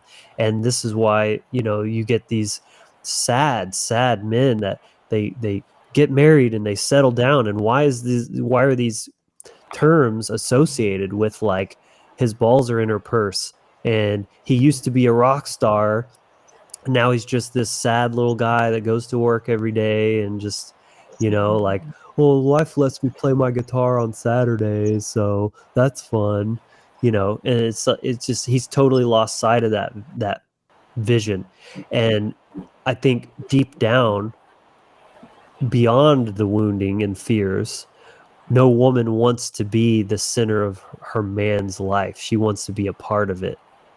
Because it's like, if she's the best thing he has going on in his life, like, that's not exactly that respectable. That means he's put her on a pedestal and, like, is supplicating and just trying to do everything for her to make her happy, and so she doesn't leave him because he thinks she's out of her league and all this kind of stuff. These are just kind of general, like, I'm just throwing stuff out there as kind of like stereotypes, but it's all too common. Things like the honeydew list, happy wife, happy life. These are all these cliches that we kind of just take for granted, but it's very much highlighting the emasculation, the inversion, the dysfunction. Yeah, and then the female will likely really not fully respect a man, even doing everything, in a way for her, like that she wants him to do. But then, it's sort of like, it doesn't feel good to have a man who you feel like you can just maneuver and manipulate around. Like, how is that really enhanced? How is she going to feel safe with him if he'll submit to her, he'll submit to anyone? How is he going to protect her and keep her safe and guide them towards, prosperity? And you're 100% right that every time he does that, she loses more and more respect, even though she's the one kind of co-creating that by giving these directives and, saying don't do this or do that or whatever. Every time he's going along with it, she feels less safe with him and loses respect for him. And you see this, marriages that have gone on for a long time under this dynamic, it's a total mess, and neither has any respect for each other, but they're kind of the root of their problems with that. It's like they keep testing themselves and they keep failing or something like that. And, like, right. It's a complacency, right? Based on fear and comfort, like just lulling to sleep, of a routine that becomes mindless almost. I don't know, or based on, like, if losing something, always being a little off kilter, not from center. All right, so yeah, it's looking about that time where we shall wrap it up with any kind of conscious quotes you had in store, any kind of notes, as far as like solution heart-based approaches towards how to dissolve some of these divides more. And yeah, it's like part of bringing forth solution is addressing the problem, but really giving more emphasis, and I wouldn't say like call to action, but there's also inaction involved as far as like not complying with some of the bullshit programs out there with the matrix and the divide and conquer strategies and all that jazz, which seems to be quite patriarchal by nature in a sense, but not all of it. And yeah, you go to like religion and like all these god figures, they're mostly male and blah blah blah and all this stuff. I'm not going to drag on to some digressional thing, but when all things are considered, where do we really stand, and how can we spread that fertile soil of common ground further and further, hermetically sealed alchemical compost, if you will, for people to walk on and bridge these gaps more, I guess. Yeah, well, as where with most things, the solution lies in the mirror. And that's my first suggestion is no matter what you've been through, first of all, I feel you. I'm sorry. I've been through some shit too. And I'm not at all diminishing that pain, that wrongdoing of other people, the abuse, whatever it may be. But the only question that matters is what did you do and what are you doing to co-create, to co-sign, to, allow that to happen again or to continue on, and just starting there, working on it. What are the wounds, what are the fears that brought that about, that were the underlying aspect of your behaviors that co-created that as well. And I mean, that's really the only thing you have power over, and what you have true control over is yourself. So that would be my takeaway there of like, actually, what can you do? Because it's not hopeless. You are you as a voluntarist principle, that you own yourself. You're the king or queen of your king or queendom. And that's where the work is done. So if you wanted to dive more into this, I can definitely share some names that have been very impactful and beneficial with my journey with this. So there's Mark Benet, who I interviewed on my podcast. Definitely check that episode out in the description. He's on Facebook mostly, and as well as his business partner, Zach Roede. It's Zakroedde. And he's active on Facebook as well, but you can join their Facebook group. It's called Relationship of Your Dreams. And there's a lot of good stuff in there in the videos section, as well as the YouTube channel called Relationship of Your Dreams. Zach has done quite a lot of work there. And if you really want like a good concentrated go-to that really helped me make a lot of this stuff click, and then seeing the YouTube videos is kind of supplemental once you get those fundamentals down, check out Zach's book. Just type in Zach Roede on Amazon. There's one for men called Don't Let Her Lead. And then there's actually two for women. I forget what they're called, Irresistibly Feminine or something like that. And I mean, whether you're man or woman, I actually think, sure, maybe start with the one that's for you, but read all of them so that you understand both sides. ZAK. And it's ROEDDE. Yes. Read all of the books so that you understand your role as well as the role of the other person, regardless of which gender you are, because it's just good to have that holistic understanding. ROEDDE. Sorry, I was We'll like put half it in listening, the half typing. It'll be in the show notes. I'm sorry, but No worries, no worries. You tried, man. yeah, man. So yeah, and I mean, just with that alone, the group, which you can interact, you can make posts in there, watch the videos in there, as well as the YouTube channel, and then those books. That'll pretty much be a great place to start if you really wanted to go deep. Go into their programs at the relationshipofyourdreams.com. I'll warn you, they're not cheap, but it just kind of depends on what this means to you. I don't, if you have the money, I don't deny that or doubt that it would be profoundly impactful and change your life. So, Yeah. just be warned. I went down that road as well. It's definitely not cheap, but I'm sure it's worth it.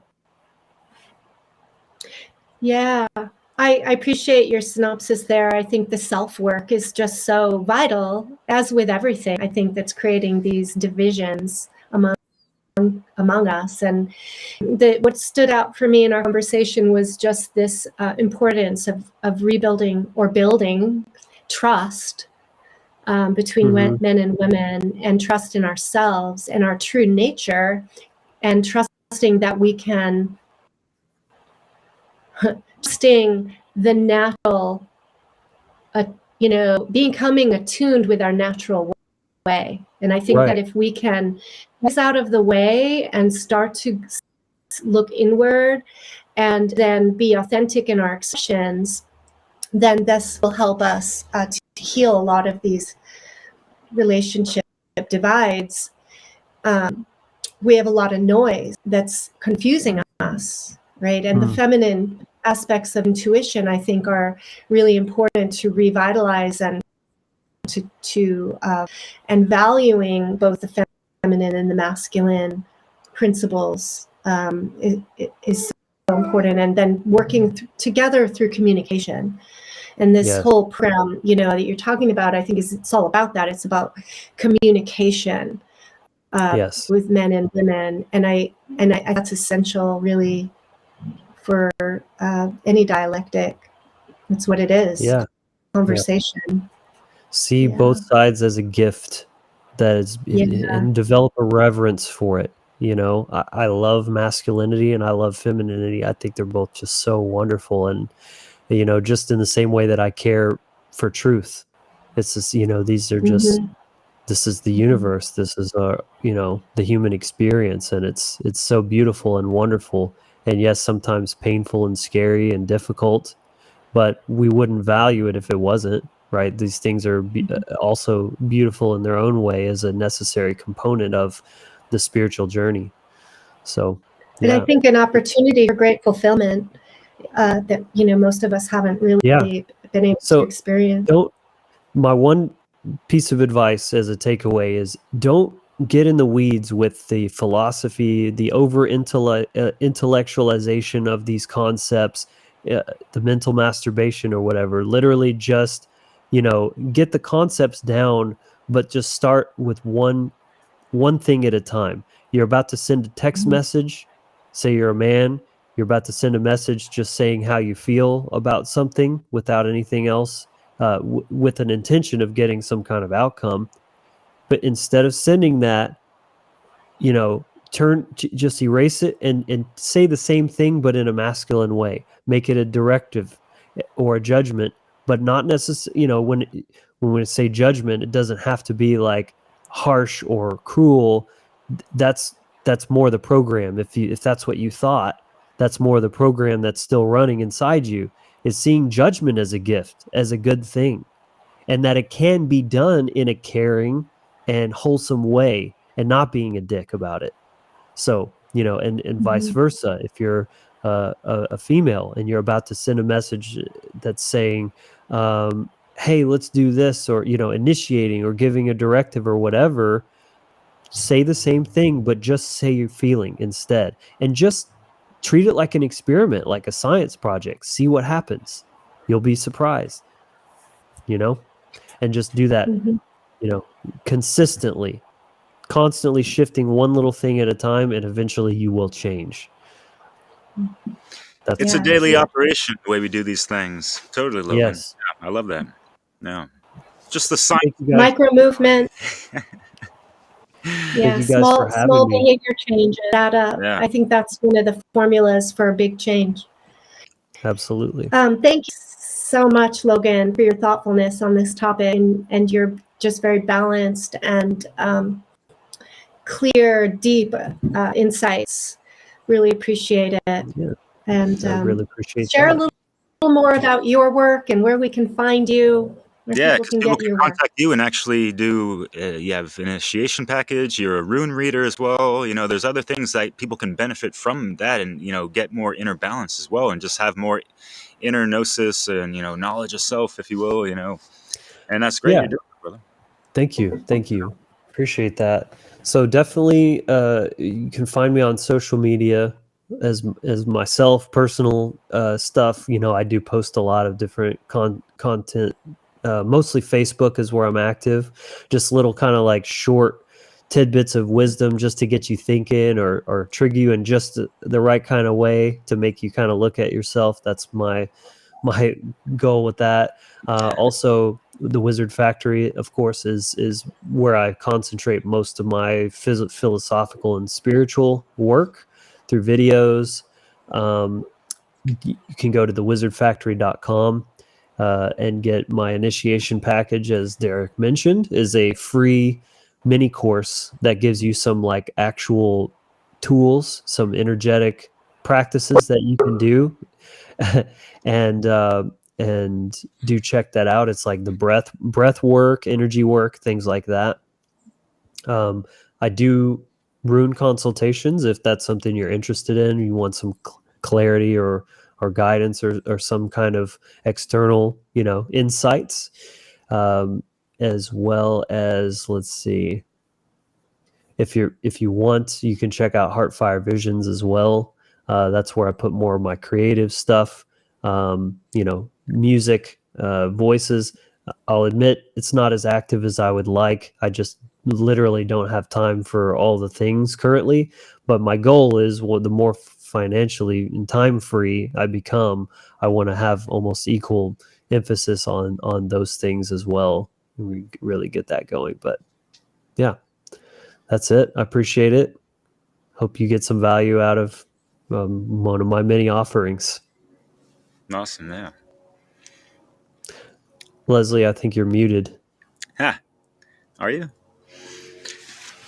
Because my dog barked. Yeah, I just want to say you have some really wonderful news on your Wizard Factory podcast. I think you're a really excellent facilitator and interviewer.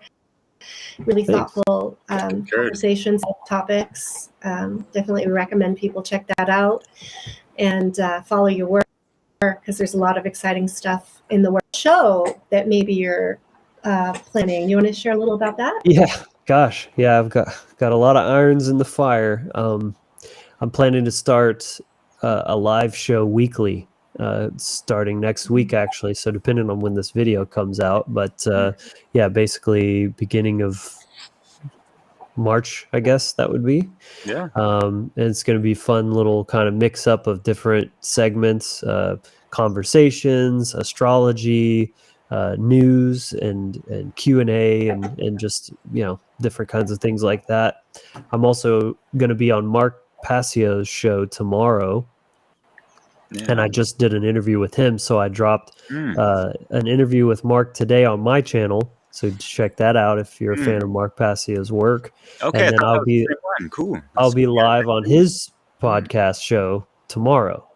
Sweet, Sunday. yeah. February 26th. All right. Awesome. Yeah, and I think this will get out pretty quickly too. Okay, great. Yeah, this was really fun. Thanks, you guys, for having me. I love what you're doing with this channel as well. It's so important. I appreciate it.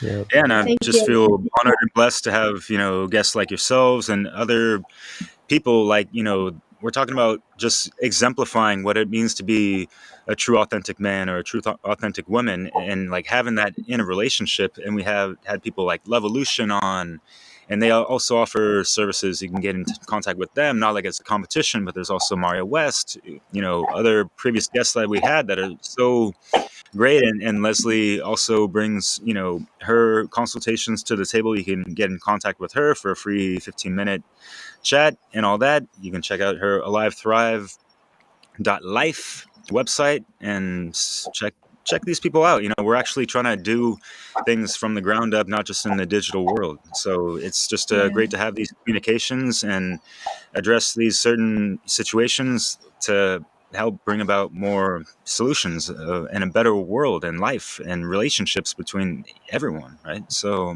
yeah, thank you so much for everyone for tuning in. And Leslie, anything else?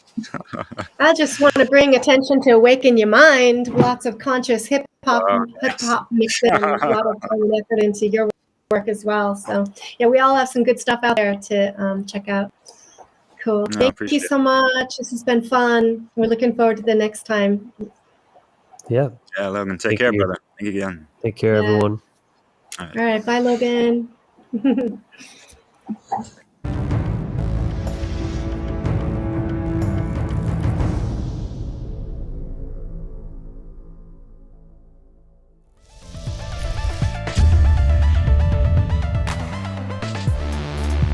Hello, and welcome to HeartfireVisions.com. I'm Logan Hart. My passion for music and media production led me to create this space to offer you, the content creator, access to affordable and professional, high-quality digital resources to help you bring all your creative visions to life. My studio offers a large selection of media-based services and content. Music production, my primary service. You can commission exclusive tracks to your exact specs in any genre, or utilize my large database of song clips with infinite applications.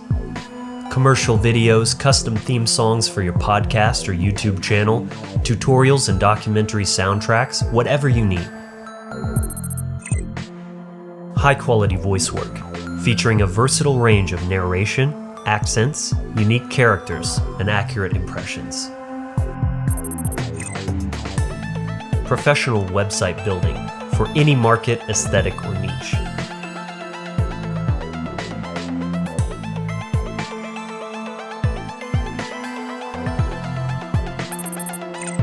Sleek and visually stunning graphic design.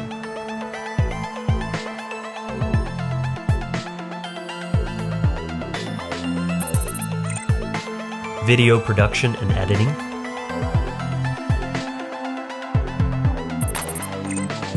and one-on-one personal guitar and music theory instruction for beginners and intermediate players, also available on Zoom Video.